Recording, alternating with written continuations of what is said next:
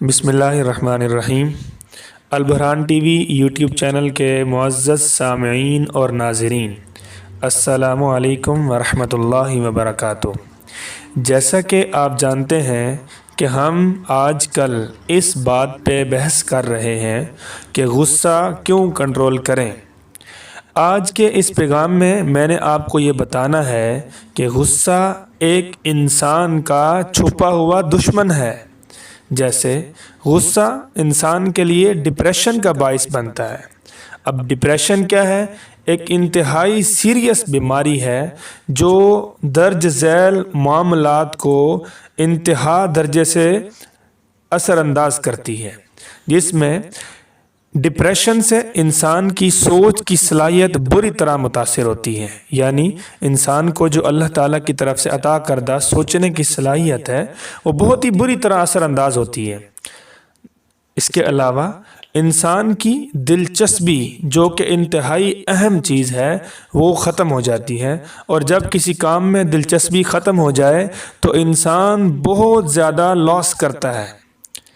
اسی طرح غصہ، جس سے ڈپریشن، اور ڈپریشن سے انسان کی انرجی ضائع ہوتی ہے، اور انرجی تو ایک ایسی چیز ہے جس کو سیو رکھنے کے لیے اللہ تعالیٰ نے انسان پر بہت سارے احکامات نازل کر دیے ہیں۔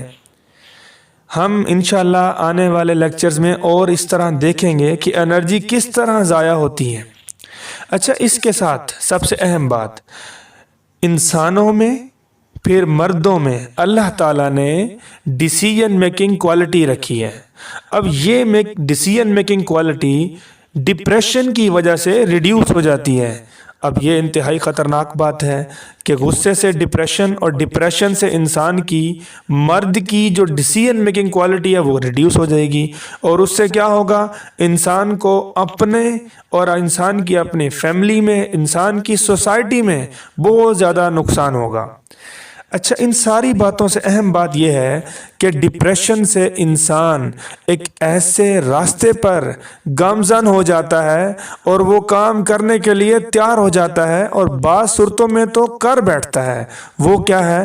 انسان خود سوسائڈ کر لیتا ہے، یعنی انسان خود کو موت کے منہ میں لے جاتا ہے اور اس دنیا سے چلا جاتا ہے، جو ایک ایسا عمل ہے جس کے لیے قرآن پاک میں اور اس طرح مختلف احکامات کے ذریعے ہمیں بتایا گیا ہے کہ جو بندہ خودکشی کرتا ہے اس کے لیے یہاں پر بھی اور قبر میں انتہا درجے کا عذاب نازل ہوگا۔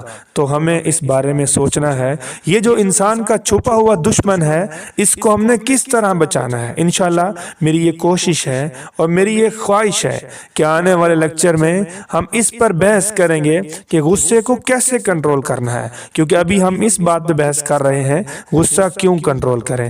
تو دیکھیں، غور کریں، یہ وہ باتیں ہیں جو غصے کی وجہ سے انسان میں پیدا ہو رہی ہیں، اور وہ الٹیمیٹلی انسان کی ذات کو نقصان پہنچا رہی ہیں۔ تو ہمیں کوشش کرنی ہے ان چیزوں کو اوائڈ کرنا ہے، اور بہت سارے فیکٹرز جن کو ہم خود سیو کر سکتے ہیں وہ ہمیں کرنے چاہیے۔